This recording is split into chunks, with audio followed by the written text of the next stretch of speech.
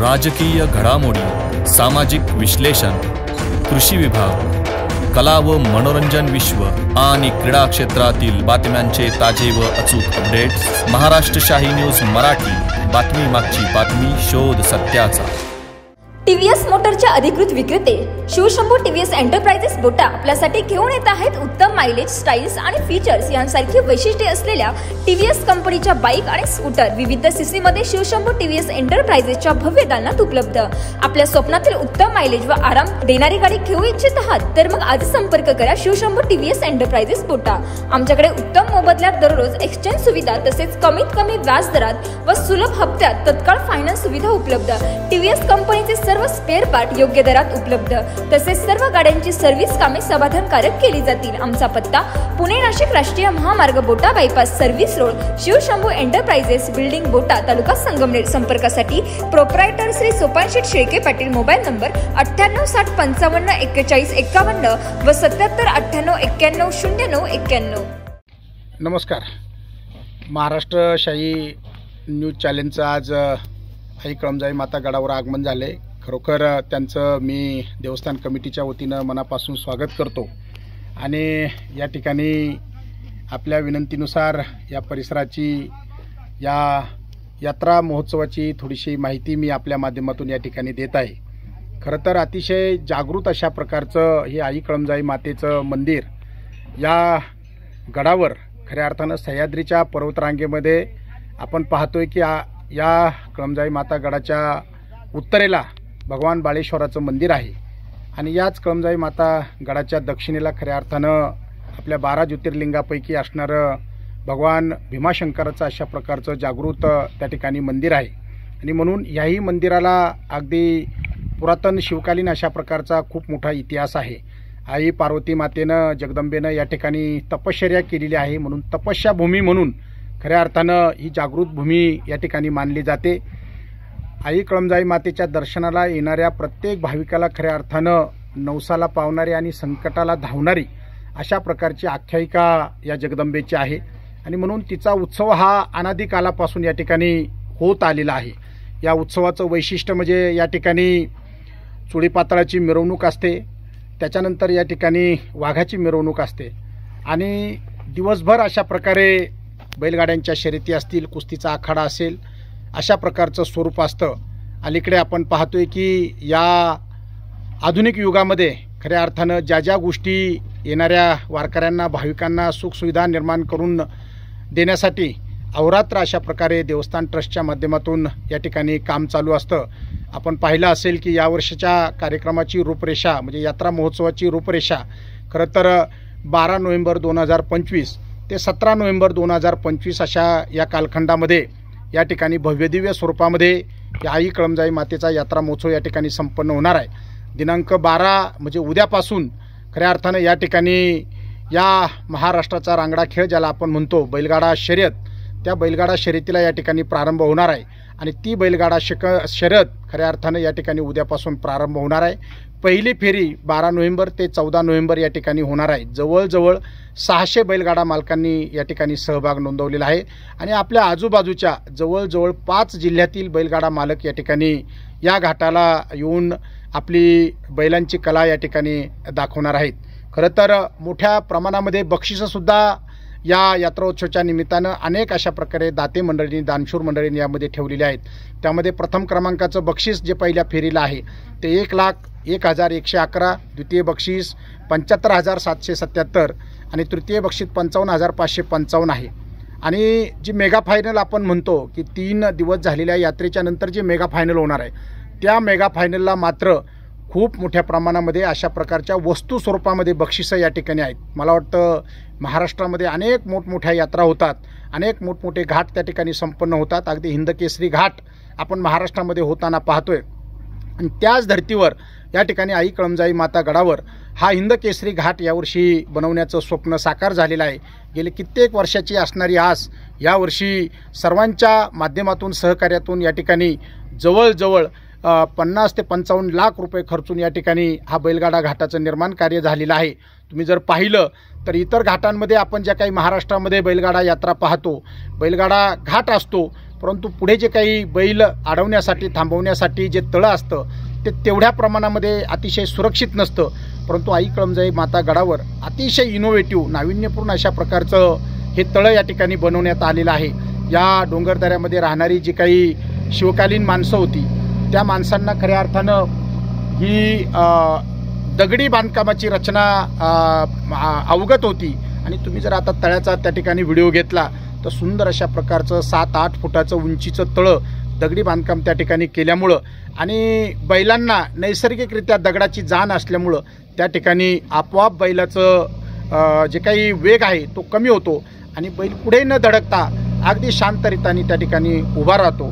अशा प्रकारे ही बैलगाडा घाटाची अप्रतिम निर्मिती आपण जर बाजूला पाहिलं तर अतिशय सुंदर अशा प्रकारचा कॉन्क्रीटचा घाट, मला वाटतं महाराष्ट्रामध्ये काही 2-3 मोठाले घाट असतील हिंदकेसरी आणि तिथे एवढा घाट असेल, परंतु या ठिकाणी या गडावर कॉन्क्रीटचा संपूर्ण घाट जवळजवळ 2,500 स्क्वेअर फूट एका बाजूनी आणि 2,500 स्क्वेअर फूट दुसऱ्या बाजूनी म्हणजे 550 फूट लांबीचा हा कॉन्क्रीटचा घाट या ठिकाणी बनवण्यात आलेला आहे। मोठा खर्च त्या माध्यमातून देवस्थानच्या माध्यमातून आणि देणगीदात्यांच्या माध्यमातून या ठिकाणी झालेला आहे, परंतु आमच्या सगळ्यांचा अशा प्रकारचा मानस आहे की महाराष्ट्रातली बैलगाडा शर्यतीतली हिंदकेसरी अशा प्रकारची शर्यत या घाटावर इथून पुढे भविष्यामध्ये व्हावी आणि त्याचं संपूर्ण आपण जे काही अद्ययावत अशा प्रकारची रचना ती या ठिकाणी झालेली आहे। सतीश भाऊ, आपण जर पाहिलं तर आजूबाजूला जवळजवळ 100 एकर अशा प्रकारे येणाऱ्या बैलगाड्यांना किंवा भाविकांना हे पार्किंग मोकळं आहे। या माध्यमातून एवढी मोठी जागा मला वाटतं महाराष्ट्रामध्ये कुठल्याही देवस्थानाला नाही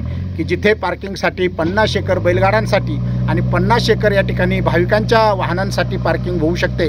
यात्रेच्या कालखंडामध्ये आपण जर पाहिलं तर लाखोच्या संख्येनं म्हणजे संपूर्ण पुणे जिल्हा असेल, संपूर्ण अहिल्यानगर जिल्हा असेल, या दोन्ही जिल्ह्यांमधून भाविक या ठिकाणी येतात, कारण ह्या दोन्ही जिल्ह्यांच्या सीमेवर खऱ्या अर्थानं हे आई कळमजाई मातेचं मंदिर ह्या शिखरावर ह्या गडावर या ठिकाणी विराजमान आहे। आणि आपण जर पाहिलं तर आईच्या समोर अनादी कालापासून हजारो वर्षाचा वटवृक्ष त्या ठिकाणी अगदी मोठ्या डोलानं या ठिकाणी डोलत आहे। ते एक अशा प्रकारचं जागतिक स्वरूपाचं आश्चर्य, एवढा मोठा वड जसा आपण पेमगिरीचा वड म्हणतो आणि त्याच्या बऱ्याचशा पारंब्या जमिनीमध्ये गेलेल्यात म्हणून त्याचा विस्तार झाला आहे, परंतु ह्या वडाची मात्र एकही पारंबी जमिनीत न जाता 1-1.5 एकर क्षेत्रावर अशा प्रकारे याची सावली पसरलेली असते। हे एक आश्चर्य या ठिकाणी आहे आणि म्हणून अशा प्रकारचं यात्रेचं जे काही स्वरूप आता ह्या वर्षीचं आहे ते भव्यदिव्य अशा प्रकारचं स्वरूप या ठिकाणी आपण करण्याचं योजले आहे। तो संकल्प आपण या ठिकाणी ठेवलेला आहे आणि उद्यापासून खऱ्या अर्थानं या यात्रेला या महोत्सवाला प्रारंभ होणार आहे। यात्रा उत्सव पहिला टप्पा जो पहिली फेरी बैलगाडा शर्यत झाल्यानंतर खऱ्या अर्थानं 15 तारखेला चोळीपातळाची मिरवणूक असते आणि आळेफाटा मुक्ताई मंदिर म्हणजे ह्या गावच्या सीमेपासून खऱ्या अर्थानं हे चोळीपातळ वाजत गाजत येतं। पालखी, चोळीपातळ, आईची काठी अशा प्रकारे वाजत गाजत आणि संपूर्ण परिसरातील पंचक्रोशीतील भाविक त्यामध्ये सहभागी होतात आणि बरोबर 12:05 या ठिकाणी ही मिरवणूक गडावर येते। आईला चोळीपातळ प्रदान केलं जातं आणि त्याच्यानंतर या ठिकाणी सगळ्यांना उपवासाचा महाप्रसाद दिला जातो। खरं तर महाराष्ट्रामध्ये 2च यात्रा या कालखंडामध्ये प्रसिद्ध आहेत, एक म्हणजे आपल्या संत श्रेष्ठ ज्ञानेश्वर महाराजांची आळंदीची संजीवन समाधी यात्रा, महाराष्ट्रातलेच नाही तर भारतभरातले सगळे वारकरी त्या ठिकाणी आळंदीत येत असतात आणि तदनंतर दुसरी यात्रा जर महाराष्ट्रात कुठे असेल तर ती आई कळमजाई मातेच्या गडावर बरोबर 9मीला या ठिकाणी यात्रेला प्रारंभ होतो आणि त्रयोदशी म्हणजे समाधी संजीवन सोहळ्याला काल्याचं कीर्तन या ठिकाणी ज्ञानेश्वर माऊलींचा समाधी संजीवन सोहळा संपन्न होतो। यावर्षी 3.5 दिवसाचा हा सप्ताह, पहिल्या दिवशी कार्तिक महाराज गायकवाड यांचं कीर्तन आहे, दुसऱ्या दिवशी प्रशांत महाराज कोटकर यांचं कीर्तन आहे, तिसऱ्या दिवशी कांचनताई जगताप यांचं कीर्तन आहे, चौथ्या दिवशी हरिभक्त परायण कविराज महाराज झावरे यांचं काल्याचं कीर्तन या ठिकाणी होईल। काल्याचं कीर्तन झाल्यानंतर खऱ्या अर्थानं महाप्रसाद होतो, महाकाला होतो, रोज महाप्रसादाचं आयोजन या ठिकाणी केलं जातं आणि तदनंतर कार्यक्रमाची सांगता खऱ्या अर्थानं हा जो काही महाराष्ट्रातील पहिलवानांचा मर्दांगणी खेळ जो काही आपण म्हणतो की छत्रपतींच्या ज्या काही स्वराज्यामध्ये किंवा छत्रपतींच्या मावळ्यांना सैन्यांमध्ये जे मावळे होते ते खऱ्या अर्थानं पहिलवान मावळे अशा प्रकारे होते आणि म्हणून हा मावळा खेळ त्या ठिकाणी कुस्तीच्या आखाड्यानं या कार्यक्रमाची सांगता होत असते. खरोखर मला सांगायला खूप अशा प्रकारे अभिमान वाटतो की गेल्या 1 महिन्यापासून रात्रंदिवस अशा प्रकारे या ठिकाणी जवळजवळ 100-125 तरुणांच्या माध्यमातून मोठं महाश्रमदान या ठिकाणी चालू आहे. आणि आता तुम्हाला मी ज्या काही गोष्टी दाखवल्या त्या सगळ्या श्रमदानाच्या माध्यमातून या ठिकाणी निर्माण झालेल्या आहेत. दरवर्षी 1 महिनाभर अशा प्रकारचं श्रमदान या ठिकाणी होतं आणि तदनंतर यात्रा भरली जाते. मग आपण पाहतोय की हा परिसर असेल, ही पंचक्रोशी असेल, या ठिकाणी वडगाव आनंदवरून सुद्धा येण्यासाठी मोठा डांबरी रस्ता त्या ठिकाणी मंदिरापर्यंत आहे. आळेखिंडीतून खऱ्या अर्थानं मंदिराकडे येण्यासाठी साधा रस्ता आहे, परंतु त्याही मार्गे वाहनं येतात. आणि आंबेदुमाला नगर जिल्ह्यातून सुद्धा त्या ठिकाणी येण्यासाठी 4 चाकी वाहनांची सोय आहे, दुचाकी वाहनांची रस्त्याची सोय आहे. भविष्यामध्ये असा आमचा विचार आहे की या ठिकाणी सगळ्या बाजूने अशा प्रकारे शासनाच्या माध्यमातून हे डांबरीकरणाचे रस्ते व्हावेत. आणि इथं असणारं डोंगर दऱ्यातलं या महाराष्ट्राचं कुलदैवत कुलस्वामिनी आई कळमजाई माता ही चौफुल्यावर यावी आणि येणाऱ्या भाविकांना कुठल्याही प्रकारचा त्रास अशा प्रकारे होऊ नये म्हणून नगर जिल्ह्यातील ही जी काही 40गाव पठार आपण म्हणतो तो सुद्धा संपूर्णपणे यात्रेच्या कालखंडामध्ये या ठिकाणी येतो. आणि पुणे जिल्ह्यातील जवळजवळ अगदी अहमदनगर अहिल्यानगरपासून तर खऱ्या अर्थानं इकडे खाली घाटात आपण म्हणतो मड पारगावपासून त्या ठिकाणी सगळी मंडळी आई कळमजाई मातेच्या दर्शनाला येतात. लाखोच्या संख्येनं भाविक या ठिकाणी येत असतात. आज आपण पाहतोय की 16 तारखेला हा यात्रा उत्सव आहे, परंतु आजच या ठिकाणी भव्यदिव्य अशा प्रकारची ही तयारी या ठिकाणी झालेली आहे. सतीश भाऊ, माझ्या नेहमी बोलण्यामध्ये तुम्ही ऐकलं असेल की माझं एक अशा प्रकारचं घोषवाक्य आहे की करावं भावासाठी, करावं गावासाठी आणि करावं देवासाठी. तुम्ही पाहिलं असेल माझ्या भावासाठी मी अहोरात्र अशा प्रकारचं मेहनत केलेली आहे आणि आमच्या बंधूंचं प्रेम हे खऱ्या अर्थानं जगप्रसिद्ध आहे. त्याच्यानंतर गावासाठी करायचं म्हटलं तर तुम्ही पाहिलं असेल आंबेदुमाला गावचा सरपंच झाल्यानंतर खऱ्या अर्थानं गावावर आणि देवावर म्हणजे जेवढं पवित्र मानता येईल तेवढं पवित्र त्या गावाला देवाला मानून त्यांच्यावर हेलिकॉप्टरमधून पुष्पवृष्टी केली आणि मग मात्र सरपंच पदाचा पदभार स्वीकारून तिथे मला काय देता येईल, स्वतःहून काय निर्माण करता येईल, त्या गावात सुखसुविधा निर्माण करता येईल अशा प्रकारच्या सुखसुविधा खऱ्या अर्थानं ते निर्माण करण्याचं 5 वर्षातलं माझं कार्य तुमच्या सगळ्यांच्या डोळ्यासमोर आहे. आणि या ठिकाणी आज तुम्ही आलात. खरं तर इथलं सुद्धा देवासाठी म्हणजे भावासाठी गावासाठी झालेलं आहे. देवासाठी सुद्धा तुम्ही या ठिकाणी जर पाहिलं तर गेली 35, 40, 50 वर्षापासून रात्रंदिवस या ठिकाणी आमच्या कुटुंबाची परिवाराची सेवा ही चालू आहे. आणि आज आपण या ठिकाणी जर पाहिलं तर जो काही म्हणजे बदल आपण जो पाहतोय, अत्याधुनिक अशा प्रकारच्या सुखसुविधा आपण पाहतोय, तर संपूर्ण यामध्ये वडगाव आनंद गाव असेल, आळेफाटा, पादिरवाडी, मोरदरा ही सगळी मंडळी या ठिकाणी भरभरून अशा प्रकारचं सहकार्य करतात. आणि म्हणून मग इथं येणाऱ्या भाविकांसाठी, महिला भगिनींसाठी स्वच्छतागृह असेल, येणाऱ्या सर्वच भाविकांसाठी स्वच्छतागृहाची मोठी निर्मिती असेल किंवा इथं येणाऱ्या भाविकांना वाहनतळ पार्किंगसाठी अगदी मोठं वाहनतळ जवळजवळ 50-60 एकरमध्ये हे वाहनतळ असतं आणि ते सुद्धा नियोजन या ठिकाणी सगळे आमचे जे काही कार्यकर्ते मंडळी आहेत रात्रंदिवस अशा प्रकारे ही सगळी मंडळी भाविकांना येण्यासाठी त्यांच्या वाहनांची पार्किंग व्यवस्था सगळं करून म्हणजे येताना जाताना कुणालाही कुठल्या प्रकारचा त्रास होणार नाही. तुम्ही आता जर वडगाव आनंद मार्गे जर आला असता तर अगदी पादिरवाडीपासून 4 किलोमीटर या ठिकाणी दोन्ही बाजूनी रस्त्याची साफसफाई JCPद्वारे आणि श्रमदानाद्वारे त्या ठिकाणी झालेली तुम्हाला दिसेल. मला वाटतं पहिलं असं महाराष्ट्रातलं हे गाव आहे किंवा पहिला असा महाराष्ट्रातला हा उत्सव आहे की या ठिकाणी या उत्सवाच्या माध्यमातून रस्त्यांची दुतर्फा साफसफाई मात्र देवस्थानच्या माध्यमातून केली जाते.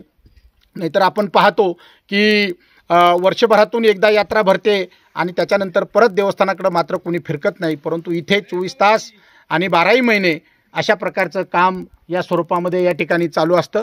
आणि म्हणून अलीकडे आपण जर पाहिलं तर इथं पर्यटनाचा खूप मोठा सहभाग सगळ्या पर्यटकांच्या माध्यमातून आता चालू झालेला आहे. तुम्ही आताही जरी पाहिलं तर आजूबाजूला अनेक पर्यटक या ठिकाणी येतात, आपला शिदोरीबरोबर घेऊन येतात आणि गडावर अतिशय शांतपणानं खरं तर हा अतिशय सुंदर अशा प्रकारचा ऑक्सिजन पार्क झालेला आहे. कारण आजूबाजूला असणाऱ्या डोंगरदऱ्या आणि या डोंगरदऱ्यांच्या झाडाझुडपातून येणारा जो काही पवित्र म्हणजे आपण त्याला म्हणतो की शुद्ध अशा प्रकारची जी हवा आहे ती डोंगरदऱ्यातल्या वनस्पतींमधून येते आणि इथं आल्यानंतर मात्र माणूस अतिशय प्रसन्न अशा प्रकारे या ठिकाणी त्याची रचना होते. म्हणून आपण आज या ठिकाणी आलात आणि आपण स्वतःहून मला सकाळी फोन केला की गागरे बंधू तुमची एक छोटीशी मुलाखत मला हवी आहे. गेली 5 वर्षे आपण मुलाखतीसाठी मला विचारत होता, परंतु योग्य वेळ अशा प्रकारे येत नव्हती. आता योग्य वेळ या ठिकाणी आलेली आहे आणि म्हणून अतिशय सुंदर अशा प्रकारचं एक आपण म्हणूया की चांगलं काम कार्य या माध्यमातून सर्व परिसरातील पंचक्रोशीतील तरुणांना एकत्र घेऊन अशा प्रकारे एक नवनिर्मिती करण्याचा ध्यास संकल्प नेहमीच सातत्यानं राहिला आहे. एक इच्छा मात्र या ठिकाणी मी प्रगट करतो की भावासाठी केलं, गावासाठी केलं, देवासाठी करत आहोत. पुढे फक्त चाळीसगाव पठारासाठी काहीतरी चांगलं करण्याचा माझा एक ध्यास होता, परंतु मात्र काही गोष्टी नशिबावर पण असतात आणि त्या नशिबात असल्याशिवाय आपल्याला मिळत नाही. परंतु इथून पुढेही कायमस्वरूपी या चाळीसगाव पठाराची सेवा सातत्यानं चालू राहील एवढं या ठिकाणी या गडावरून खऱ्या अर्थानं मनापासून जाहीर करताना मला आनंद होतो. आपण सगळी मंडळी अतिशय जीवापाड अशा प्रकारचं प्रेम करता. मी गेली 5 वर्षे या चाळीसगाव पठारामध्ये कार्य करत असताना अगदी कुठेही कोणत्याही गावात गेलं तर त्या गावाने मात्र मला आपलंसं मानलं आहे, स्वतःचं मानलं आहे. स्वतःच्या गावचा माणूस म्हणून, आपला माणूस म्हणून सातत्यानं माझा विचार केला आहे. आणि गावात गेल्यानंतर मात्र मला कुणी जीव घातल्याशिवाय पाठवलं नाही. हे सुद्धा अनंत अशा प्रकारचे उपकार या चाळीसगाव पठाराचे, या सगळ्या पंचक्रोशीचे माझ्यावर आहेत आणि त्या उपकाराची परतफेड माझ्याच्याने कधी होणार नाही. परंतु आपल्या सगळ्यांच्या ऋणात राहून या ठिकाणी आपल्या सगळ्यांना जाहीर आवाहन करतो की या यात्रोत्सवाच्या निमित्तानं दिनांक 12, 13, 14 नोव्हेंबर आणि 16 नोव्हेंबर, 17 नोव्हेंबर या 6 दिवसाच्या 7 दिवसाच्या उत्सवाच्या निमित्तानं आपण मुख्य यात्रा ही 16 नोव्हेंबरला असते. त्या यात्रेला मात्र आईच्या दर्शनासाठी यावं, कारण त्या दिवशी असं म्हणतात की जागृत स्वरूपामध्ये या ठिकाणी आई कळमजाई माता प्रगट स्वरूपामध्ये या ठिकाणी असते आणि येणाऱ्या प्रत्येक भाविकाला ती आशीर्वाद देऊन त्याच्या सगळ्या मनोकामना पूर्ण करत असते. पुनश्च एकदा आमच्या पूर्वजांची अशा प्रकारची म्हण आहे की ही आई कळमजाई माता संकटाला धावणारी आणि नवसाला पावणारी अशा प्रकारची ही जगन्माता आहे आणि म्हणून तिच्या चरणावर केलेला संकल्प या ठिकाणी पूर्णत्वास गेल्याशिवाय राहत नाही. फार पूर्वी आईच्या अगदी मंदिरापासून त्या ठिकाणी बैलगाडे सोडले जायचे आणि पुढे 1000-1500 फुटाची खोल दरी असून सुद्धा कधी एकही गाडा किंवा गाड्याचं एक चाकसुद्धा त्या ठिकाणी खाली गेलं नाही. बैल आई कळमजाई मातेच्या मंदिराला गडाला प्रदक्षिणा घालून पुन्हा अशा प्रकारे यात्रेमध्ये यायची. ही खऱ्या अर्थाची ख्याती. अनेक अशा प्रकारचे या ठिकाणचे चमत्कार पूर्वकाळापासून या ठिकाणी आहेत. आज आपणही पाहत असाल ह्या डोंगरदऱ्यामध्ये एवढ्या साधन सुविधा जर निर्माण होत असतील तर भाविक किंवा दानशूर अशा प्रकारचे दाते, मग या ठिकाणी आपण 16 नोव्हेंबरची जर फायनल पाहिली तर फायनलला जवळजवळ 5 लाख रुपयाची वस्तू स्वरूपातली बक्षिसं अनेक दानशूर मंडळींची या ठिकाणी दिलेली आहेत. किंवा यात्रेच्या स्वरूपामध्ये जे काही लाख रुपये 75,000 आणि 55,000चं बक्षीस आहे ते सुद्धा अनेक आमचे दाते मंडळी या ठिकाणी आहेत. आणि म्हणून अशा प्रकारचं जे काही यात्रेचं स्वरूप वाढत चाललेलं आहे, भविष्यामध्ये या ठिकाणी मी सांगू इच्छितो की निश्चित हिंदकेसरी घाट या ठिकाणी भरेल आणि मला वाटतं एका यात्रेमध्ये म्हणजे जो काही आपण म्हणतो अखंड हरिनाम सप्ताह, तसा अखंड बैलगाडा सप्ताह या ठिकाणी भरवण्याचा आमचा संकल्प आहे आणि 1200 ते 1250 बैलगाडा या घाटाला पळेल त्या सप्ताहामध्ये. अशा प्रकारचा आमच्या सगळ्यांचा संकल्प आहे. हे कशासाठी तर बळीराजा खऱ्या अर्थानं सगळ्या बाजूनी खचलेला असतो आणि त्याचा एकच विरंगुळा असतो त्या बळीराजाचा.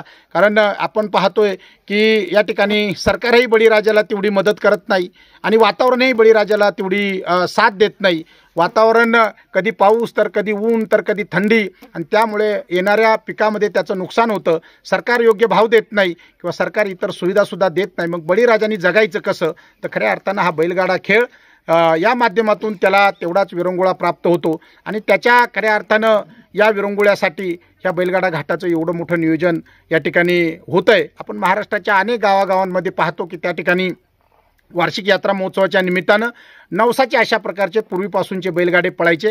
आता त्याचं स्वरूप या ठिकाणी ह्या शर्यतींमध्ये झालेलं आहे. परंतु ती आपली परंपरा आहे, ती आपली खऱ्या अर्थानं कला आहे, लोककला आहे आणि त्या परंपरेला, त्या आपल्या धार्मिक अशा प्रकारच्या कार्यक्रमांना आपण तेवढं बळ दिलं पाहिजे आणि हे बळ देण्याचं काम या ठिकाणी सगळेच भाविक करत असतात. याचासुद्धा आम्हाला सार्थ अशा प्रकारचा अभिमान आहे. म्हणून आज या ठिकाणी महाराष्ट्रशाही न्यूज चॅनेल हे संपूर्ण महाराष्ट्रामध्ये गाजलेलं अशा प्रकारचं चॅनेल आहे आणि त्याचे खऱ्या अर्थानं आदरणीय सतीशभाऊ फापळे असतील, अनेक ठिकाणी आपण पाहतोय की अतिशय परखडपणे त्यांचं हे चॅनेलचं काम चालू आहे आज ते स्वतःहून या ठिकाणी सकाळी मला फोन केला आणि म्हटले मला तुमची छोटीशी मुलाखत घ्यायची आहे. मी त्यांना गडावर बोलवलं आणि त्यांचंही देवी मातेचं दर्शन झालं आणि ही मुलाखत या ठिकाणी छोटीशी देण्याचा प्रयत्न केला. मी पुन्हा एकदा महाराष्ट्र शाहीचं मनापासून आभार व्यक्त करत असताना पुन्हा एकदा सगळ्या भाविकांना जाहीर आवाहन करतो, या वर्षीचं आगळं वेगळं अशा प्रकारचं नियोजन, जसं मी सांगतो की 6 सिग्मा नियोजन ज्याला म्हणतो आपण, की 10 लाखामध्ये एक सुद्धा चूक नाही, म्हणजे बिनचूक अशा प्रकारचं नियोजन खऱ्या अर्थानं या ठिकाणी होत असतं. ते नियोजन पाहण्यासाठी किंवा इथून काहीतरी घेऊन जाण्यासाठी अशा प्रकारच्या या परिसराची एक वेगळी आख्यायिका निर्माण होत आहे. आपण त्याच्या या ऐतिहासिक सुवर्ण क्षणाचे साक्षीदार व्हाल अशा प्रकारची अपेक्षा या ठिकाणी व्यक्त करून थांबतो. धन्यवाद.